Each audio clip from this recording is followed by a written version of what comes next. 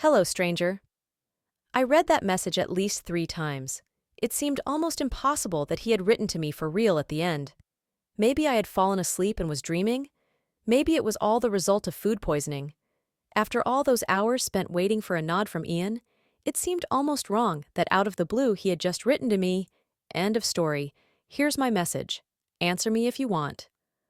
My heart had taken to pounding in my chest the very moment my head processed that this was all damn real. I had to get out of bed and take 2 steps walking in circles around the room. The only way I knew to release some of the tension that had already built up in my legs. If I don't respond quickly, I thought, Ian might disconnect. Why use the prison computer if no one is on the other end to answer? Hello? I typed quickly and pressed enter.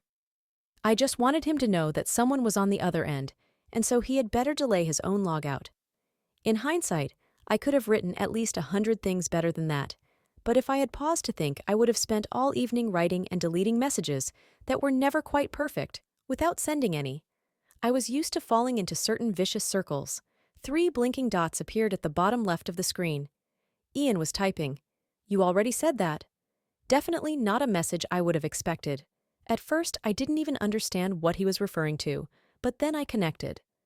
My first message to Ian had been, "Hello." My second message had been, "Hello, again." Anyone would have wondered whether the person on the other end was a jerk or not. If Ian thought so, he was certainly not to blame. I bit my lower lip while holding back a nervous laugh. I was a nervous wreck. "You're right. I'm sorry. Maybe I should introduce myself." I pressed enter and began typing the next message, but stopped when I saw that Ian was typing again. A moment later, his reply appeared. "You should." I felt my cheeks blanch with embarrassment. The guy must have had quite a temper. He was definitely bossy. I liked that, but admitting it, proud as I was out of the question. I pretended not to have read that implied order and started typing again. "My name is Clara. I'm from Tallahassee." I lay back down in bed, my back pressed against the soft mattress, my eyes focused on the ceiling.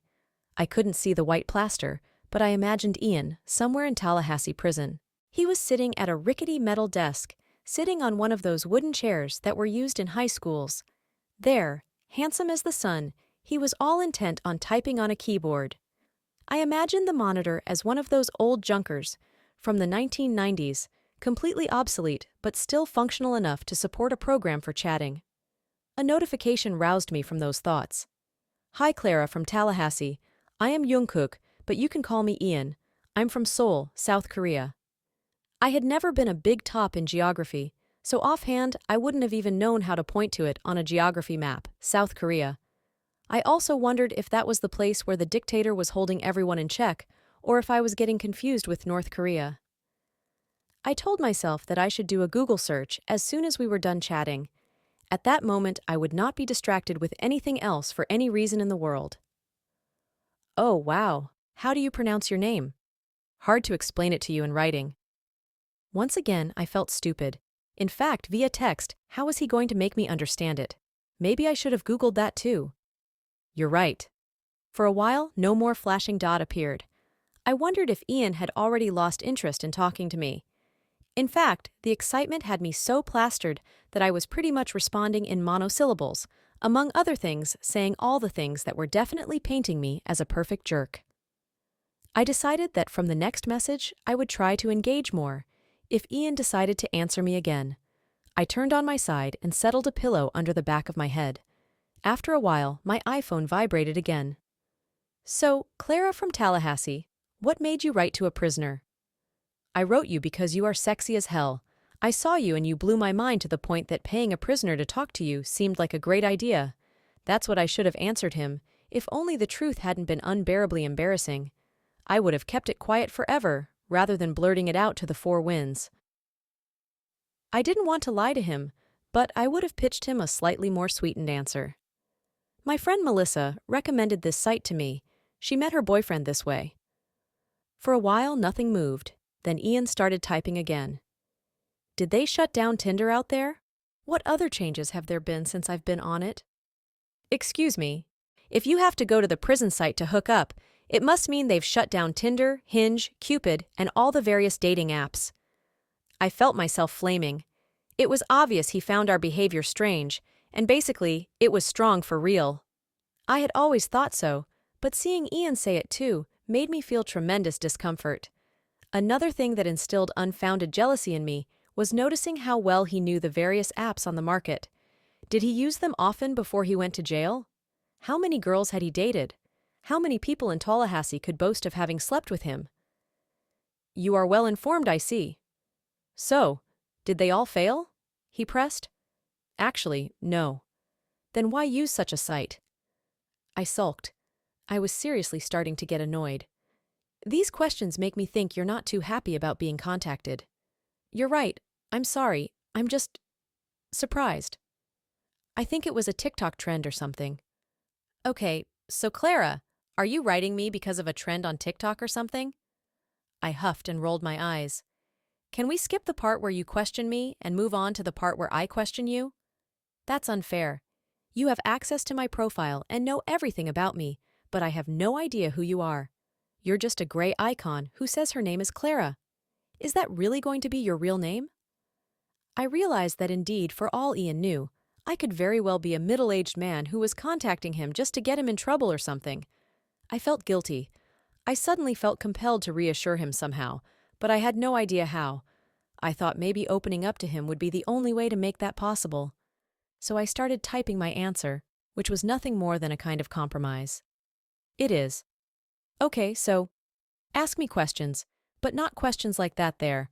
I just wrote to you. You hit me, that's all. But don't ask me how or why. Fair enough. Okay, so, you're from Tallahassee, you said. And tell me, how old are you?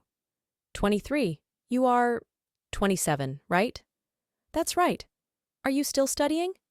Yes, as a veterinarian. So, you like animals? I didn't get into medicine, I answered truthfully. Medicine had been my first choice, but my score had been 1 point below the minimum allowable, so I had simply missed my chance. I could have studied for a whole year and tried again, but it would have been like throwing away precious time, and I didn't feel like doing that. Ah, I'm sorry. It was lucky instead. I found that I enjoy what I study. Perhaps I even find it more exhilarating than caring for a human. Besides, they're not such different branches, you know. Once you can operate on a fish, can you operate on an infant? I barely laughed. He could also be funny, this Ian. Roughly speaking, what about you? Have you studied? Yes, I have a degree in engineering. I widened my eyes. What? Immediately my head crowded with questions. What was an engineer doing in jail? That he had falsified the results of some experimentation? Had he perhaps filed a patent that was not his own? Or had one of his discoveries had a flap that had caused a dangerous accident? Thoughts began to go off on a tangent, excited. Wow, I thought you were answering that you had dropped out of school as a kid or something. I wrote instead, barely restraining myself from asking him more. What kind of cliché would that be? Does the guy in prison tattooed and covered with piercings have to be a person without any educational qualifications? I read his message twice. Damn, what an embarrassment. I never wanted to show disrespect, but somehow my spontaneity had ended up having the wrong effect. I felt guilty. Oh my God, I'm sorry. I didn't mean to take things for granted. I was rude. I'm sorry.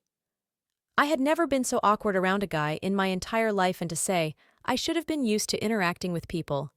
I had never been a loner, plus I was familiar with guys, since I had just ended a relationship that had lasted a year and a half. In short, I couldn't explain the reaction of all those constant gaffes. I don't really have an engineering degree. I dropped out of school when I was 16. I almost choked on my saliva. Eh? Know that I'm laughing a lot. What's to laugh? I typed all in caps lock. You're funny, that's all. Clara from Tallahassee, the future vet. I smiled amusedly as I read those words. I replied, Ian the Korean, the tattooed and piercing boy who dropped out of school. Yeah, it seems absurd to me that a girl like you decided to write to me. It seems absurd to me, too, to have done that. For a while, neither of us said anything. Although he was a prisoner, I liked talking to him. I felt better than I had felt chatting with the guys at the university who had come forward as soon as they heard I had broken up with Dylan. They had approached me like real vultures, rushing to get things done. But with Ian, it was bound to be straightforward. If we had ever met, it would have happened only once we had won our freedom. We would have had all the time in the world to get to know each other, to fully deepen our relationship. It was something that might have appeared as negligible, but for me it was vitally important. It made me feel peaceful. I could finally talk to a man without the anxiety of having to wrap things up right away and be dumped.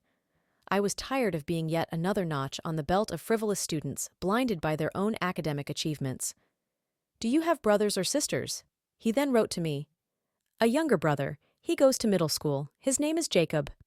"I also have a sister, but she is back in Korea." "Does your family live here or there?" I asked.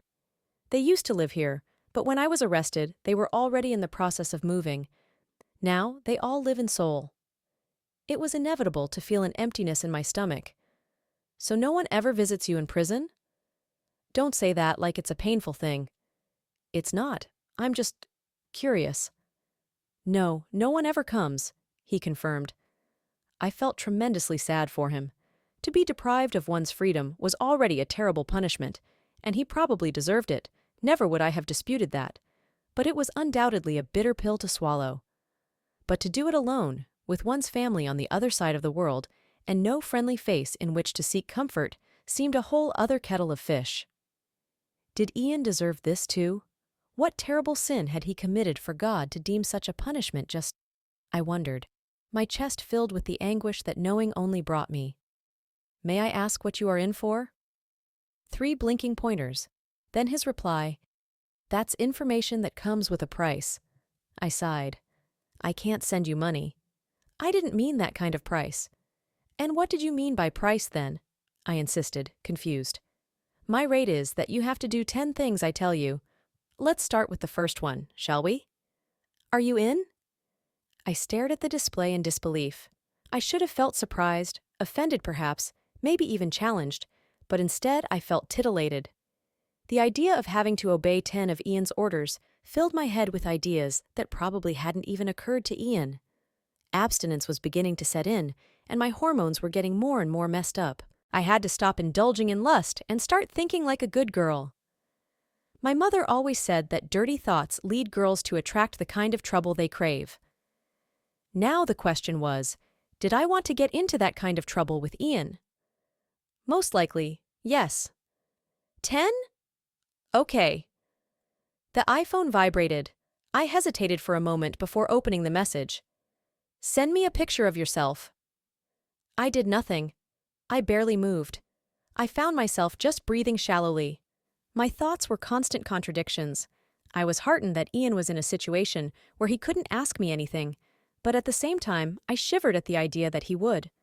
And now that he had asked me for a picture, I couldn't help but wonder if it was just curiosity to know what his interlocutor looked like, or if there was a different undertone behind the intent of that request. I stood up and stood in front of the mirror. I pulled down the strap of my pajama tank top, parted my lips, and took the picture. I wasn't wearing any makeup, but my hair had kept a good crease, and my skin turned out its tan tone reminiscent of a caramel kiss. Once I had sent the photograph, I stared at the chat without even locking my phone. I was so restless that I took to biting my thumb, torturing a poor little skin until I felt pain. Then, finally, Ian put an end to my pains by answering, "You're really very pretty." Did he really like me, or was he just saying it as a courtesy? Had he said pretty so as not to come across as creepy? Or did he think I was just pretty and not beautiful? Was pretty a term they still used, the boys? Maybe it meant I was ugly, but no one would ever say it outright. To say you were pretty was pure congeniality, but that very indicated a reinforcer, right? So I was very pretty. That could have meant very ugly or really pretty. Hard to know what Ian thought about that. I didn't even know if she liked girls like me. Maybe he had only dated Asians all his life, and in his eyes I was cute, in the sense of welcome to the friend zone, Clara. I decided not to investigate this. It was something I often did when faced with doubt. If I thought something could potentially bring me distress, then I avoided it without making too much fuss about it, moving straight on to the next matter. Are there 9 more to go? Yeah, but I'm not going to ask you for all of them today. But then you'll tell me why you're in a long time, I realized, as I wrote those words that it was really very unlikely he would decide to tell me at that time.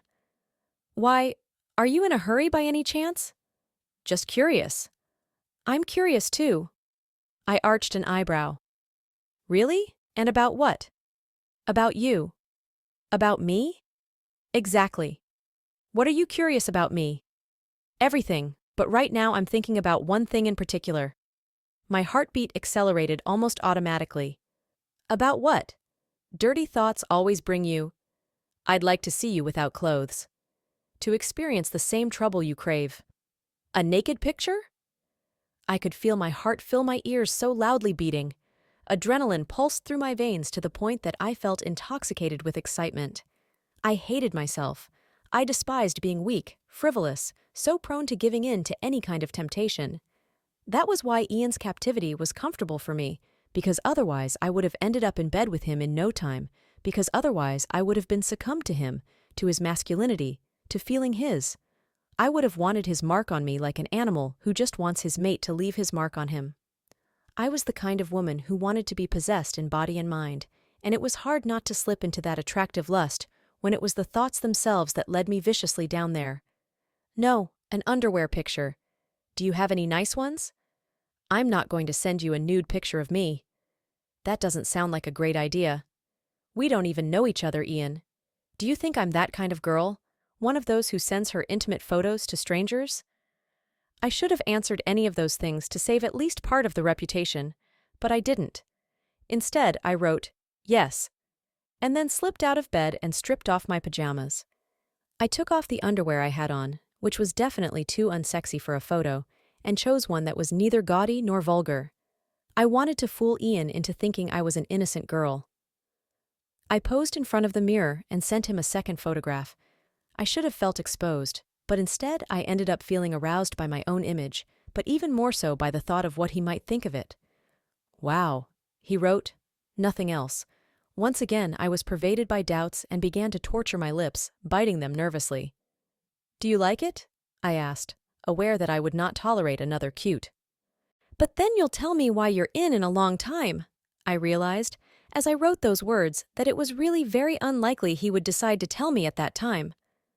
Why, are you in a hurry by any chance? Just curious. I'm curious too. I arched an eyebrow. Really? And about what? About you. About me? Exactly. What are you curious about me? Everything, but right now I'm thinking about one thing in particular. My heartbeat accelerated almost automatically. About what? Dirty thoughts always bring you. I'd like to see you without clothes. To experience the same trouble you crave. A naked picture? I could feel my heart fill my ears so loudly beating. Adrenaline pulsed through my veins to the point that I felt intoxicated with excitement. I hated myself. I despised being weak, frivolous, so prone to giving in to any kind of temptation. That was why Ian's captivity was comfortable for me, because otherwise I would have ended up in bed with him in no time, because otherwise I would have been succumbed to him, to his masculinity, to feeling his. I would have wanted his mark on me like an animal who just wants his mate to leave his mark on him. I was the kind of woman who wanted to be possessed in body and mind, and it was hard not to slip into that attractive lust when it was the thoughts themselves that led me viciously down there. No, an underwear picture. Do you have any nice ones? I'm not going to send you a nude picture of me. That doesn't sound like a great idea. We don't even know each other, Ian.